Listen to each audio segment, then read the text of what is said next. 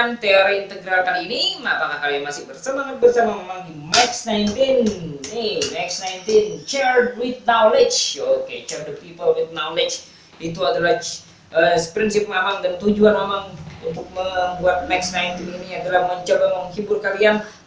Mamang sudah pasti, Mamang sudah mungkin di antara kalian gitu ya. Mungkin di antara kalian adalah orang-orang yang sudah mungkin bosan ya dengan atmosfer kuliah yang monoton seperti itu saja mungkin ya.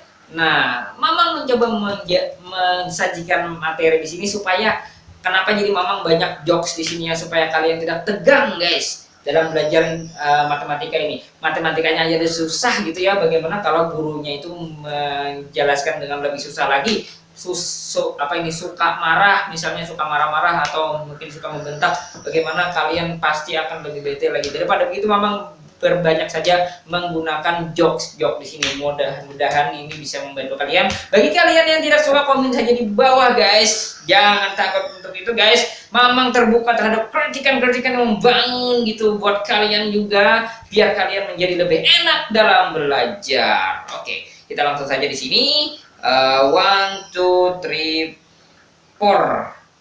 Kita ingin melanjutkan guys. Kemarin kita sudah membahas tentang bagaimana cara menghitung integral. Kali ini kita ingin melanjutkan teori tentang integral dengan definisi 1.7. Diberikan f g a subset r ke r. Baik. Ini ya. Ini ada dua nih. Fungsi f dikatakan hampir sama dengan g atau mostly. Ini masih mostly ya, jadi berbeda dengan almost everywhere. Nah, kalau integral lebih itu kan ada almost everywhere, itu lebih lemah guys. Jadi itu lebih lemah daripada definisinya daripada ini. Ini lebih kuat nih, strict nih. Hampir sama dengan D jika ini kecuali beberapa titik berhingga. Ini berhingga guys, berarti nih titiknya.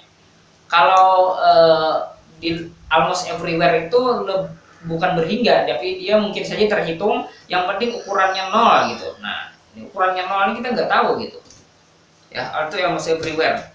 Sementara ini mostly lah, Mamang bilang ini mostly aja deh, hampir sama gitu ya, karena dia titik beberapa titik berhingga gitu. Oke. Ini hanya sekedar ini, yang concern kita adalah di teorema 1.6 ini. Kita saja diberikan G anggota RAB, artinya G ini adalah fungsi yang terintegral Riemann pada AB guys. Jika G sama dengan F mostly, maka F anggota RAB juga dengan F, gitu guys. Jadi kalau dua fungsi itu berbeda, di nilainya sama, tapi berbeda di beberapa titik mungkin ya, beberapa titik berhingga. Nah itu kalau salah satunya terintegral Riemann, maka pasti yang lain juga terintegral Riemann. Masuk akal ya, masuk akal ya. Kalian banyak tuh pasti menemui di permasalahan kalkulus itu ya. Nah, itu. Jadi oke. Katakanlah F sama dengan G gitu ya. Untuk setiap X anggota A interval AB tapi dikurang satu titik C. Jadi ini concern kita terhadap satu titik saja. Ya. Ini concern kita terhadap katakanlah ya titik berbeda itu di C gitu. Diambil sebarang P, ini partisi bertanda. Ini kalian anggap guys, C ini adalah titik di mana F dengan G itu tidak sama nilainya. Ingat ya, jadi misalkan C itu adalah titik di mana mereka tidak sama nilainya. Berarti di sisanya itu dia sama nilainya gitu. Nah, itu ya.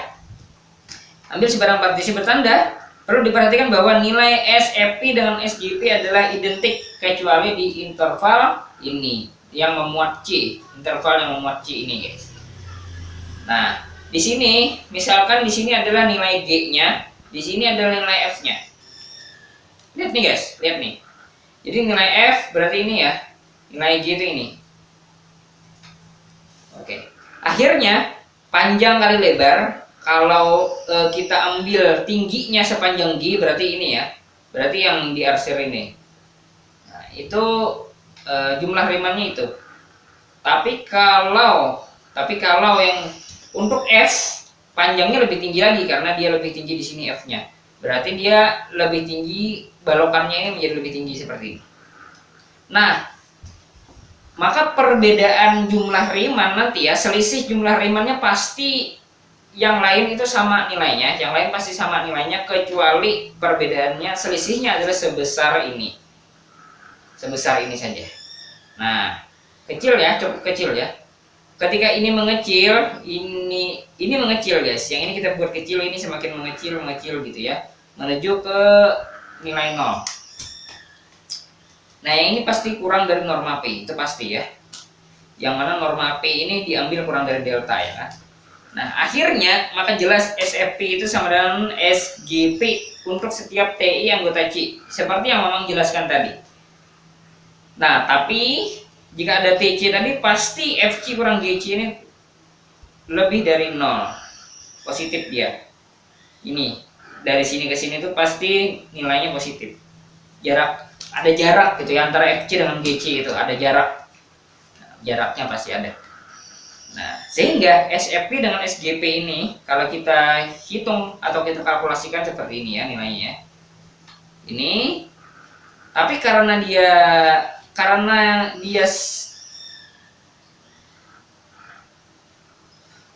untuk tidak sama dengan C dia sama nilainya ini, maka di sini nilainya 0, guys. Suku-sukunya 0 kecuali pada titik FC min GC saja yang dia positif. Kan yang lain 0 ya, tidak ada jarak karena sama nilainya. Tapi yang ada jaraknya itu adalah FC dan GC saja, sehingga dia positif gitu. Sehingga ini bisa keluar, karena ini positif, bisa keluar jadi seperti ini. Lalu ini kan kurang dari norma P ya. Nah, itu kurang dari norma P, kurang dari epsilon juga. Epsilon. Kenapa ada epsilon ya? Tiba-tiba ada epsilon ya. Kapan kita mengambil epsilonnya? Aneh juga nih ya.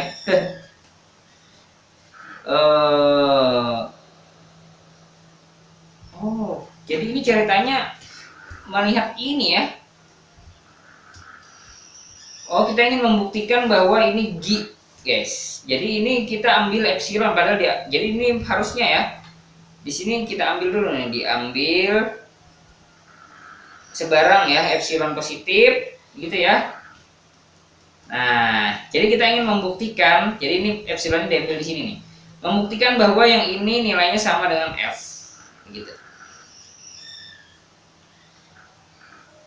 Nah, ternyata gini, akhirnya, SF-nya yang dicari, SF-nya guys yang dicari sama dengan G.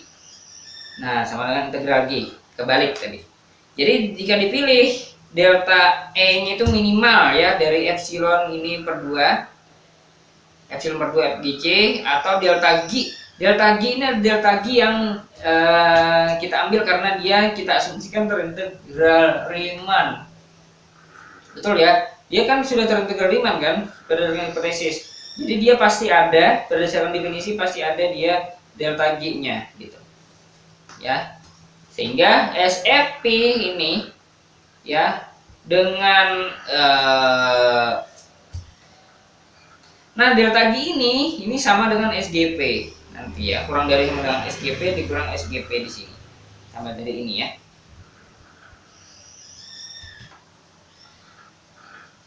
Ini harusnya ini kurang, ini salah nih kayaknya nih, bentar. Harusnya SGP ini muncul di sini juga kurang dari BAG gitu ya. Bentar ya, di sini ada R-nya. Sorry, ini ada R-nya ya. Nanti lupa lagi nih, ada R-nya di situ. Nah, sini ada R-nya nih. Karena tadi kita ingin kan berdasarkan kesepakatan awal tadi ya, pakai R ya. Nah, kan ada R ya, ini. Ini ada R. Oke. Sudah ya. Sudah, di sini ini aman. Di sini aman. Nah, ini. Nah. Ini.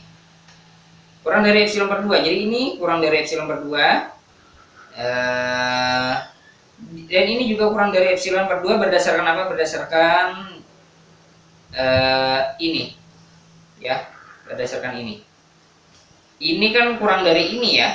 Nah, itu nanti dikali dengan dikali dengan ini nantinya. Nah, ini kan. Berarti ini bukan epsilon, salah nih. Ini delta nih, berarti delta. Katakanlah delta E gitu ya. Bentar.